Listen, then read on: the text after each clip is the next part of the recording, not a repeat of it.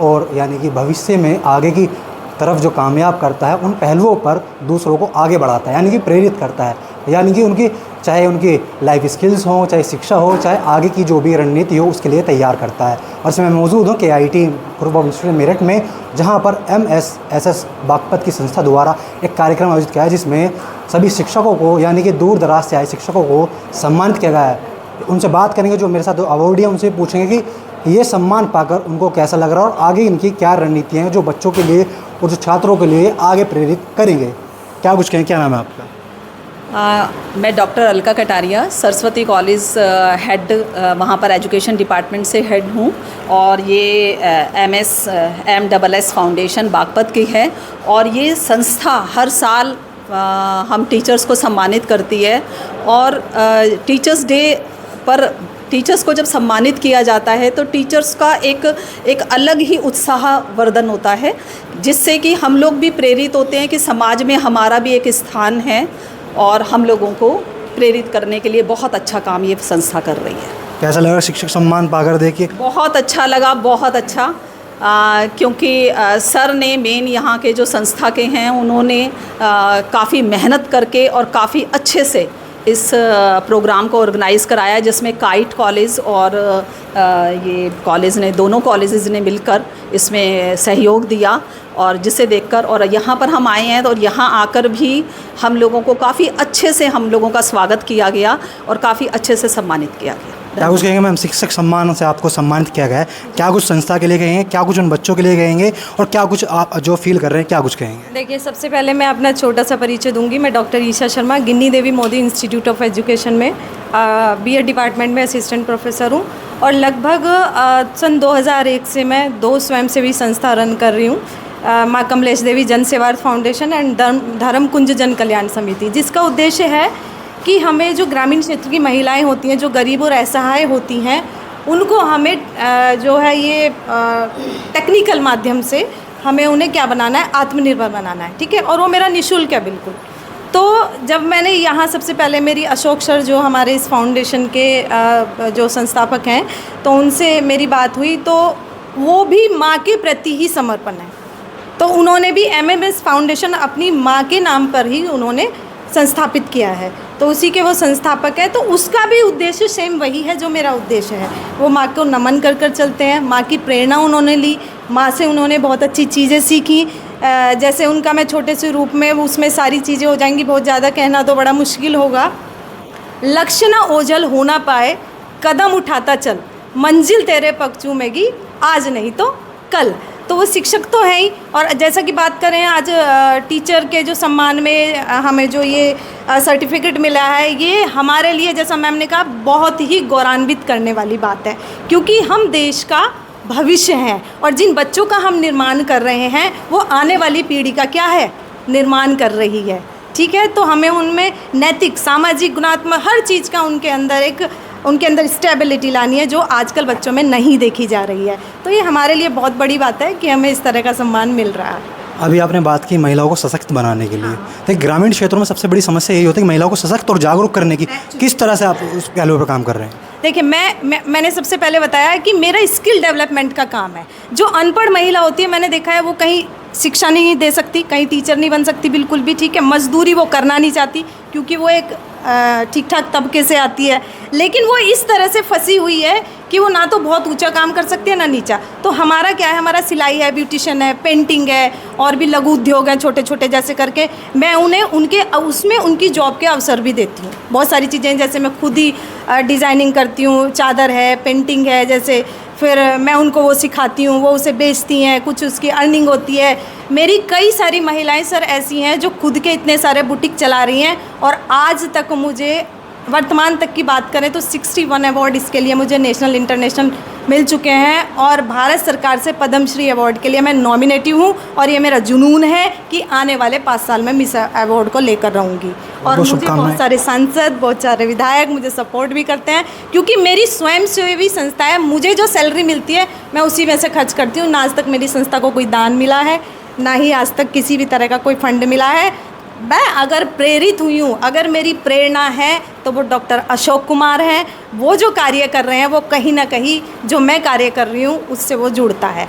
तो मैं उनको वाकई में सल्यूट करती हूँ अशोक सर। इतना जज्बा कहाँ से लाते हैं आप? देखिए महिला हो, एक आप महिला हैं और ठीक है काफ़ी समस्याओं का सामना करना पड़ता है, आप क्षेत्र में जाते हैं, लोगों से मिलते हैं, मतलब काफ़ी कई तरह की बातें आपको सुनने को मिलती है। क्या कुछ ऐसा लगता है किन चीज़ों को उनको इग्नोर करके आगे बढ़ते हैं आप? ये तो सर कांटों का रास्ता है और इसे कोई लांघना, और वो भी एक महिला होकर, वो भी परिवार में रह के इस कार्य को करना बहुत बड़ी बात है। लेकिन क्या करो आप, बहरे, मुंह बंद, अंधे, जैसे गांधी जी ने कहा था सब छोड़ दो और आगे बढ़ जाओ, मारो छलांग, बहुत बड़े वाली वो लगाती हूँ। और मुझे अपने ऊपर इतना जुनून है और 1 महीने से बहुत बीमार भी हूँ, लेकिन नहीं छोड़ती हूँ। 4 साल से केवल 4 घंटे सोती हूँ, बाकी मेरा सारा वर्क में जाता है काम। तो मेरा उद्देश्य है सिर्फ और सिर्फ इस जग में आत्मनिर्भरता, सेल्फ डिपेंड, कहीं भी कोई भी महिला हाथ ना फैलाए। आज सुबह की बात करूँ, बस में आ रही थी एक चढ़ी कि पैसे, मैंने उसको अच्छे से समझाया, मैंने कहा हाथ में कुछ हो रहा है? नहीं। आँख में कुछ हो रहा है? नहीं। कान में कुछ हो रहा है? नहीं। क्यों हाथ फैला रही है? तो हमें क्या करना है, हमें उसे जागरूक करना है। शायद उसको मेरी बातें बुरी लगी होगी, लेकिन सेकंड टाइम जब वो इस चीज़ के बारे में सोचेगी तो वो कहीं ना कहीं कदम ज़रूर उठाएगी कुछ अच्छा करने के लिए।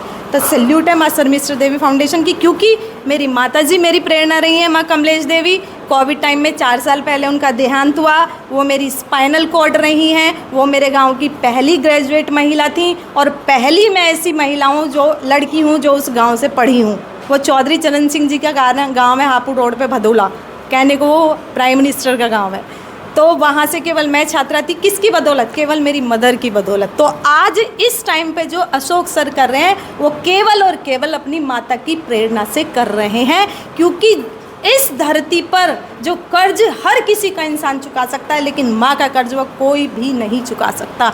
इसलिए अपनी माँ का हमेशा सम्मान करो, जब वो चली जाती है उसकी कमी जब खलती है। अगर वो डांट भी रही है ना तो उसमें भी प्यार है। तो उसने मुझे यहाँ तक ऐसे बनाया है, मैं उसकी हमेशा हमेशा मैं उसकी आभारी रहूँगी।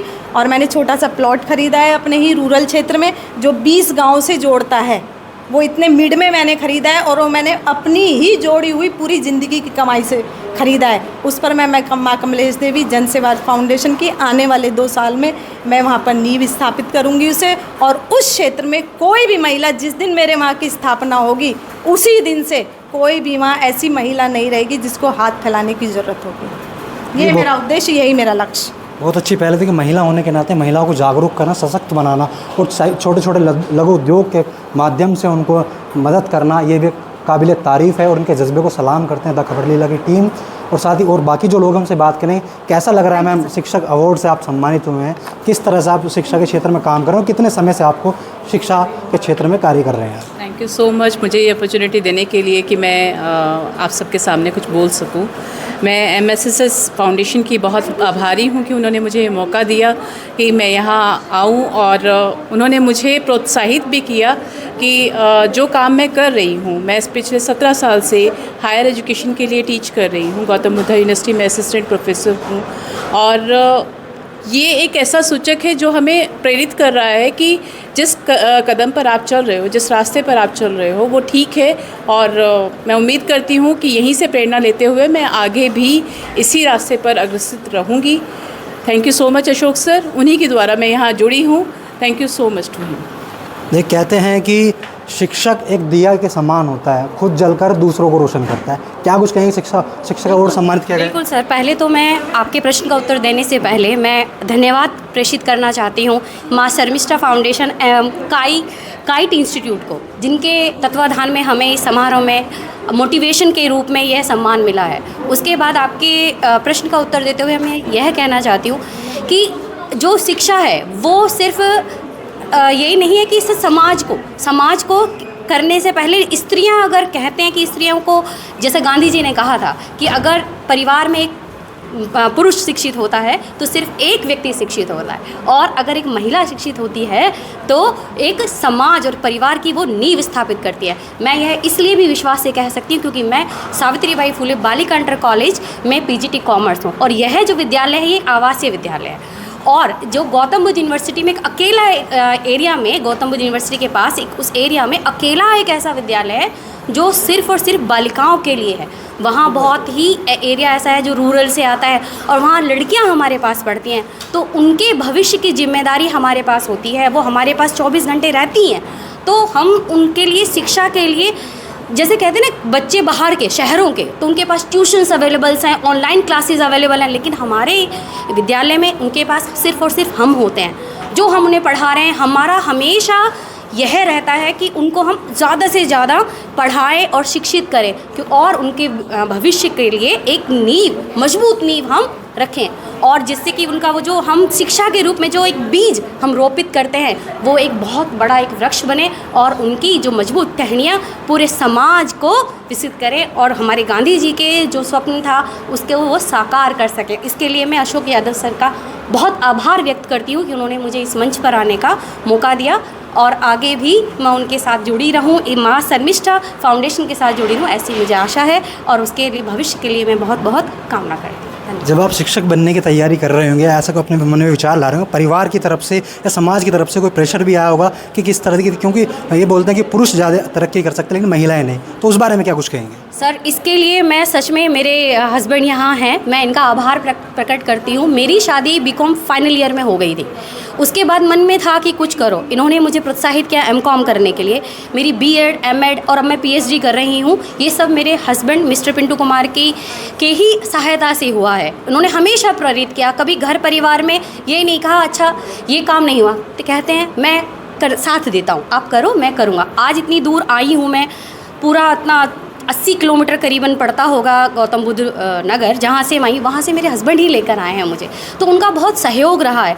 तो महिला को अगर थोड़ा सा सहयोग मिल जाता है तो वो आगे बढ़ जाती है, चल जाती है आगे। हालांकि परिवार में जो बड़े मेंबर होते हैं, बुज़ुर्ग होते हैं, उनका थोड़ा सा था कि भाई घर परिवार देखें, बच्चे देखें, बट उन्होंने मुझे हमेशा सहयोग दिया और मैं हमेशा आगे बढ़ती गई। और आज इस बालिका विद्यालय में एक पीजीटी कॉमर्स होके, अभी भी उस एरिया में लड़कियां कॉमर्स नहीं लेती हैं, वहाँ लड़कियां किस पे जाएंगी, ह्यूमैनिटीज़ में जाएंगी, या फिर वो कहेंगे साइंस ले लो, पीसीएम, पीसीबी अगर ज़्यादा पढ़ने में अच्छी है। लेकिन हम कॉमर्स पढ़ के उनको आगे बढ़ने के लिए सहायता दे रहे हैं, क्योंकि कॉमर्स सिर्फ यही नहीं है कि बस वो मैनेजमेंट का सीखें, एक घर का मैनेजमेंट, एक घर का बजट बनाना भी तो बहुत इंपॉर्टेंट होता है। तो मैं हमेशा उनको ये मोटिवेट करती हूँ और ये सब मेरे परिवार और मेरे हस्बैंड की हेल्प से ही हो पाया सर। कह सकते हैं एक सफल पत्नी के पीछे एक पति का भी हाथ हो सकता है। बिल्कुल बिल्कुल, ये जो बात कहते हैं कि एक स्त्री के पीछे आदमी का होता है, तो मेरे पीछे जो पत्नी के पीछे भी एक पति का ही आता है। धन्यवाद। मेरे हस्बैंड मिस्टर पिंटू कुमार यहाँ देखिए काबिल तारीफ़ हैं। देखिए आपके पति अपनी पत्नी को आगे बढ़ा रहे हैं, यानी कि तरक्की की राह पर लेकर चल रहे हैं। जिस समय जो मैं पीएचडी कर रही हूँ वो भी मेरे हस्बैंड का ही बहुत साथ है। मैं मैडम गौतम बुद्ध यूनिवर्सिटी से ही मैं पीएचडी कर रही हूँ, तो सब मेरे हस्बैंड के सहायता के बिना मैं नहीं कर सकती थी इस समय आकर।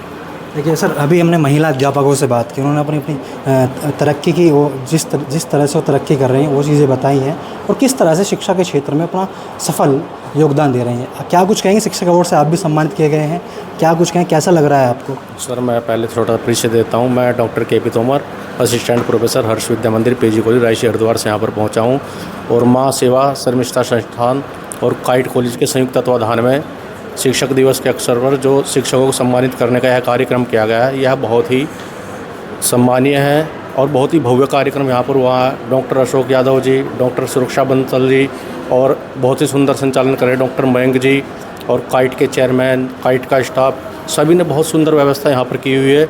और शिक्षकों का सम्मान करना, समाज का सम्मान करना है, राष्ट्र का सम्मान करना है और राष्ट्र के नवनिर्माण को कहीं ना कहीं प्रोत्साहित करना है।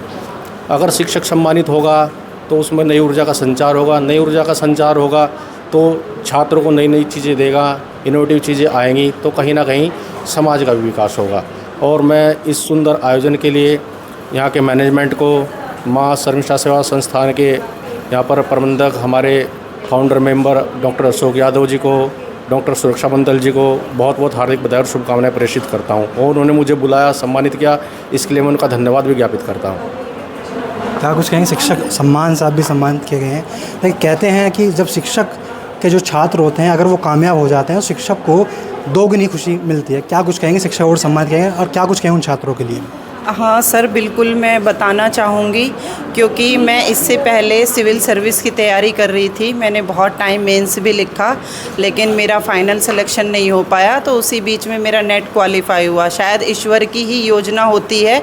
मैंने एक बार पढ़ा था कि शिक्षक बनाए नहीं जाते, शिक्षक पैदा होते हैं।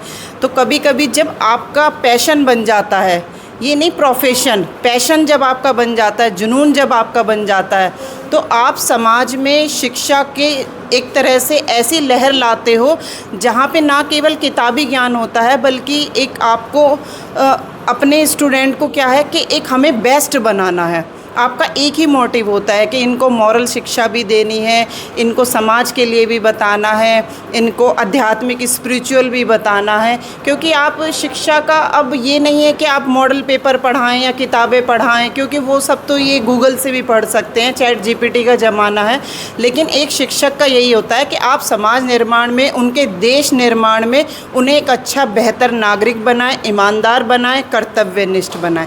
Thank you so much. कहते हैं ना कि अगर शिक्षक ग्रामीण क्षेत्र में जाकर शिक्षा दे अपने छात्रों को, तो उनको काफ़ी कठिन परिश्रम करना पड़ता है। क्या कुछ कहेंगे उन जो लोग ग्रामीण क्षेत्रों में अपने बच्चों को तैयार करें, छात्रों को तैयार करें, क्योंकि वो जो ग्रामीण क्षेत्र के जो बच्चे होते हैं वो इतनी तकनीक से परिचित नहीं होते, इतनी कठिनाई सामना करना पड़ता है। क्या कुछ कहेंगे उन बारे में? हाँ सर, मैंने ये वाली प्रॉब्लम भी देखी थी। एक्चुअली मेरा साथ में बीएड भी चल रहा है, तो मैं रुक्मणी महिला इंटर कॉलेज में गई थी, तो मैंने वहाँ पे कक्षा की हालत देखी थी। मैं सच में बता रही हूँ, मतलब वो इस बच्चे जो हैं वो कुछ करना चाहते हैं, लेकिन उनके पास ना वो मार्गदर्शन नहीं है, वो तकनीकी से नहीं जुड़े हुए, उनके पास जो है एक अच्छा इंफ्रास्ट्रक्चर नहीं है, कॉलेज की बिल्डिंगें ख़राब हैं। जबकि मुझे लगता है कि सरकारी स्कूल में जो पढ़ते हैं इसलिए शायद बच्चे पीछे रह जाते हैं। तो वो मुझे बात बहुत ही अंदर तक, एक कहते हैं ना कि तुम्हारे अंदर वो, तो मुझे कभी लगा, मैंने कहा ईश्वर ने अगर कभी मुझे मौका दिया तो मैं इंटर कॉलेज के प्रिंसिपल बनना चाहूँगी।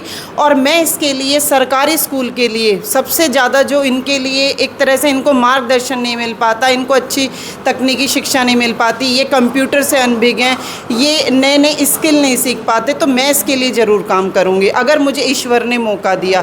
क्योंकि मैं इस फील्ड में अभी नहीं हूँ, मुझे ज़्यादा नॉलेज नहीं है, अभी मुझे 4 साल ही हुए हैं, उसमें भी 2 साल मैंने पढ़ाई में निकाल दी, क्योंकि मुझे अभी भी ना टीचर वाली फीलिंग नहीं आती। मुझे लगता है मैं एक विद्यार्थी हूँ और हमेशा सीखने का ज़्यादा पर्पज़ रहता है कि सीखते रहो सीखते रहो।